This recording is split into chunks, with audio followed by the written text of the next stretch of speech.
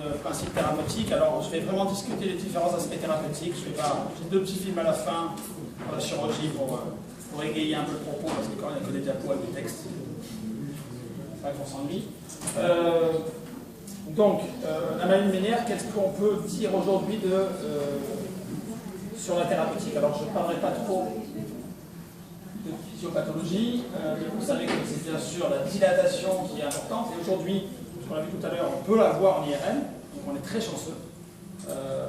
Indirectement, il faut du gadolinium. Vous avez compris que le gadolinium va se mouler à l'extérieur et va nous permettre de voir indirectement la dilatation. Donc, c'est la seule donnée histopathologique qui est certaine. Elle est caractéristique, mais elle n'est pas pathognomonique ou ménière, parce que les hydrops sont ménières. On pense qu'il y a des hydrops auto-humains, on pense qu'il y a des hydrops secondaires viraux, il y a pas mal de choses. Donc il y a une hypersécrétion et une diminution de la résorption en lymphe, l'un ou l'autre, c'est pas très clair. Il y a une implication entre migraine vestibulaire, vertige paroxystique positionnel atypique, maladie Ménière, donc il y a pas mal de choses qui vont nous gêner. Et on sait qu'il y a des facteurs immunologiques, des lésions histologiques identiques dans des surdité des pathologies vestibulaires auto-immunes. On sait qu'il y a 41% de sujets ménières qui sont allergiques, contre 20% de la population générale. Alors ça c'est très difficile à faire dans les statistiques, mais c'est quelque... On sait que le virus de l'herpès donne des maladies de Ménière, ou alors donne des syndromes méniériformes. Et c'est vrai que nous, on a un test thérapeutique, on met souvent les gens sous corticoïdes antiviraux, et parfois quand ça marche, mais on a 2-3 patients comme ça, qui ont quasiment du Zélitrex au long cours, et qui n'ont plus de crise de Ménière. Donc c'est assez empirique, mais parfois, je verrai que dans l'arsenal thérapeutique, je vous le reproposerai. Le stress, c'est évident que le stress va entraîner une modification de la pression endolymphatique, parce qu'on veut mieux entendre, c'est physiologique, quand on est stressé, il faut mieux entendre parce qu'il y a un prédateur dans la salle qui va peut-être nous croquer, donc on augmente la pression endocochléaire pour augmenter la sensibilité de l'oreille interne, et peut-être que ça sera un mécanisme qui est dépassé dans le Ménière. On ne va pas discuter de physiopathologie, mais il y a tous ces points-là, et ça, c'est un intérêt, parce qu'en fait, on va pouvoir s'appuyer sur chacun des points pour peut-être proposer des pistes thérapeutiques. Donc vous savez que on est confronté très souvent pas au cas 1 qui est le cas histologique, mais au cas 2, c'est-à-dire la maladie Ménière qui est certaine.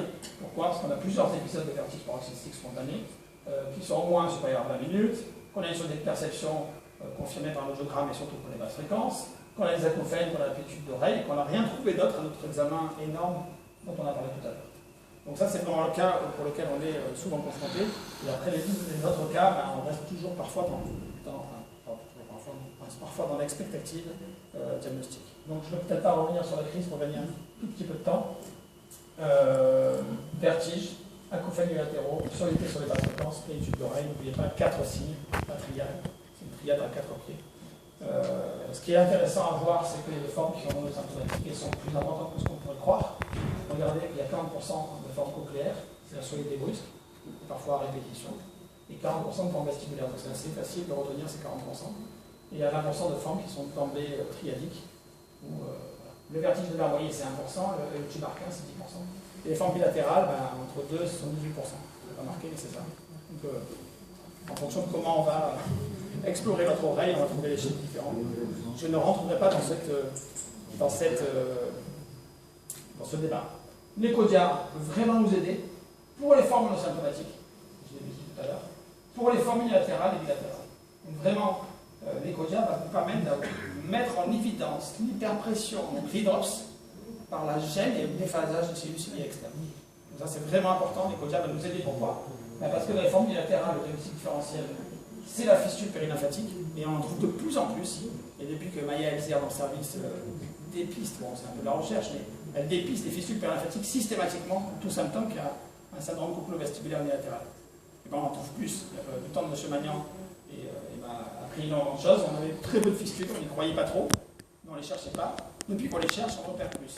Alors, est-ce qu'on se trompe? Est-ce qu'on a plus de milliards qu'on opère de fistules? Est-ce qu'avant on avait plus de neuroctomie que des fistules? Je suis assez ouvert. Il faut nous se remettre en question et douter. En tout cas, c'est clair que la fistule périlymphatique peut avoir des symptômes inhérents. Quand vous avez une forme bilatérale, n'oubliez pas la génétique et l'auto-immunité. Et vraiment, on peut trouver un syndrome de Kogan, on peut trouver des syndromes génétiques dans ces maladies. Donc le bilan interniste est assez fréquent pour nous. Alors, on parle de traitement, donc je ne vais pas m'étendre. On peut avoir 4 objectifs au traitement. Et ça, je crois que c'est quelque chose que Maria Elzer fait très bien en consultation. Moi également, je prends un petit peu moins de temps peut-être qu'elle. Mais on explique tout ça aux patients. On met un contrat dans les mains du patient, parce que c'est une maladie chronique, ils vont revenir, ils ont vu 40 ORL, j'exagère, ils sont parfois perdus. Donc il faut vraiment leur mettre un contrat, leur dire voilà ce qu'on peut faire ou ce qu'on ne peut pas faire pour vous. Donc est-ce qu'on peut stabiliser ou améliorer le symptôme auditif? Est-ce que c'est ça qui est le problème chez vous? Est-ce qu'on peut réduire le nombre et la sévérité des crises de vertige? Est-ce qu'on peut diminuer l'inconfort des symptômes devenus chroniques? Et est-ce qu'on peut stopper l'évolution de la maladie? C'est ces 4 objectifs qui vont peut-être adapter à ce que le patient va vous dire, il faut l'écouter, ont des thérapeutiques peut-être diverses. Donc on va les prendre. Et on va prendre le Lancet de 2008 qui nous donne un petit peu un organigramme. Alors vous voyez que quand le diagnostic est confirmé, j'ai plus du tout laser. Voilà. Quand le diagnostic est confirmé, on peut aller sur les régimes, les diurétiques, les stéroïdes, le médiate, je ne prendrai quasiment pas, la chirurgie du sac lymphatique, la gentamicine, la neurectomie et la bélatectomie. Donc on va voir un petit peu tout ça en détail. Donc, les régimes, les règles, les régimes diététiques, j'avoue, on n'insiste pas. On le dit, on n'insiste pas. Il n'y a aucune étude qui va montrer le bénéfice. Alors, pourquoi il n'y a aucune étude? Parce que c'est extrêmement difficile de faire une étude. Il faut faire la même étude que les cardiologues à Framingham sur 15 000, 30 000 personnes pour voir si un régime sans sel va améliorer les symptômes. Donc, je pense que ça doit avoir un rôle, mais alors pour le prouver, scientifiquement, c'est compliqué. Alors, on le fait, on n'insiste pas. Après, à vous. Les diurétiques. Alors, c'est intéressant parce que il y avait une belle revue sur les diurétiques pour la Ménière et il concluait qu'il n'y a pas d'évidence suffisante pour l'effet des diurétiques sur le vertige, la perte auditive, les acouphènes et la plénitude auriculaire dans les médias bêtises. Donc ça, c'est un peu embêtant pour nous parce que tout le monde aime bien le Diamox. Et je vais vous montrer pourquoi. Alors, le Diamox est la maladie Ménière. Et vous avez ce magnifique alpiniste. Et ça, c'est important parce que ça marque les esprits. Et quand je fais ce petit cours à mes internes, je leur dis bien ça. Donc, retenez que c'est un inhibiteur de l'anhydrase carbonique, AC. Et l'anhydrase carbonique, elle n'est pas présente dans la cochlée. N'oubliez pas ça. Donc, elle est présente dans le sac lymphatique, mais pas dans la cochlée. Donc, on n'agit pas sur la cochlée directement avec le Diamox. Donc, c'est important. En fait, ce qu'on cherche à avoir avec le Diamox, c'est un effet un peu hypokaliément. Et en fait, c'est l'effet qui est recherché dans le mal des montagnes. C'est pour ça que votre petit alpiniste, il vous rappelle, c'est un mot-clé pour vous dire que c'est ça l'effet qu'on recherche. C'est avoir une hypocalémie relative qui va peut-être diminuer la fonction du sac, on ne sait pas ce qu'elle est réellement, qui va peut-être traiter les patients. Et retenez aussi, important, que l'effet apparaît en 3 semaines. Ce n'est pas que le patient prend son Diamox, il va commencer à avoir des symptômes améliorés au bout de 5 ans. Et ensuite, il faut le perdurer. Donc on retiendra, et il y a vraiment, Horace Gagny, qui est un praticien hospitalier de Lille, a fait un super site internet. Moi j'ai pris des choses dessus parce que vraiment il y a tout qui est bien expliqué, je pense qu'on peut s'y référer, je l'ai mis en bas. Donc, allergie aux subfamilles, mais surtout, la seule vraie contre-indication, c'est des coliques néphrétiques. Donc les coliques néphrétiques lithiasiques, à répétition, le Diamox va vous les provoquer, vous les ragler. Faites quand même gaffe à ça, la grossesse de l'hôpital. Les principaux incidents et intolérances, ça n'a pas grand-chose. Vraiment, la seule réaction, c'est l'hypocalémie. L'hypocalémie, il faut la maîtriser par un ajustement de la posologie, plus que par une supplémentation systématique. Pas de supplémentation systématique de Diamox. Ce que vous recherchez, c'est l'hypocalémie. Donc si vous suppléez en disant Diamox va faire une hypocalémie, et moi je vais la suppléer tout de suite pour que le patient soit tranquille, en fait, vous n'êtes pas dans la bonne démarche thérapeutique et physiopathologique. Donc ça, c'est important de savoir. Donc, les principales causes, et c'est lié d'échappement thérapeutique, c'est quoi? C'est que l'hydrox n'est pas un mécanisme pathogénique de la maladie qu'on voit dans le patient, donc on s'est trompé de diagnostic. Donc là, l'écodien, encore, ou le TFLAC, vont nous aider à vérifier cet hydrops. C'est pour ça que pour l'hydrops, on donne Diamox, pas pour le reste. Et on a fait une supplémentation systématique en potassium. Donc j'insiste. Et ça, l'équipe de Lille a une grosse expérience. Et nous, on se base sur cette expérience-là, l'expérience de Mme Fraisse sur Toulouse, parce que Maria Elzer est allée travailler avec Mme Fraisse, donc on a vraiment cette expérience. Donc, qu'est-ce qu'on cherche à avoir? La mise en pratique. Donc, à Lille, ils font ça, et c'est à peu près quasiment ce qu'on fait. Un comprimé de 750 mg, c'est sécal. Donc, c'est un comprimé par jour, c'est pas une grosse dose.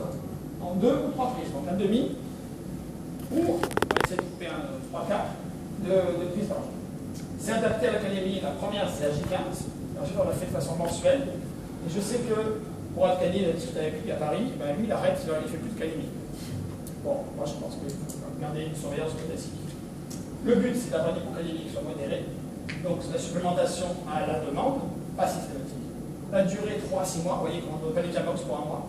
On réévalue sur 1 mois et on va aller jusqu'à 3 à 6 mois pour avoir un traitement de fond de la maladie plénière. Vous voyez que c'est efficace, mais c'est pas miraculeux, il ne faut pas croire ça. 65%, mais dans ces 65%, il y avait 50 qui avaient une satisfaction faible, donc 50 qui avaient une bonne satisfaction. Donc il n'y a pas beaucoup de patients qui sont extrêmement améliorés par diabète. Mais si on respecte ces règles-là, on a quand même un certain nombre de patients qu'on va sortir un petit peu de la difficulté symptomatique.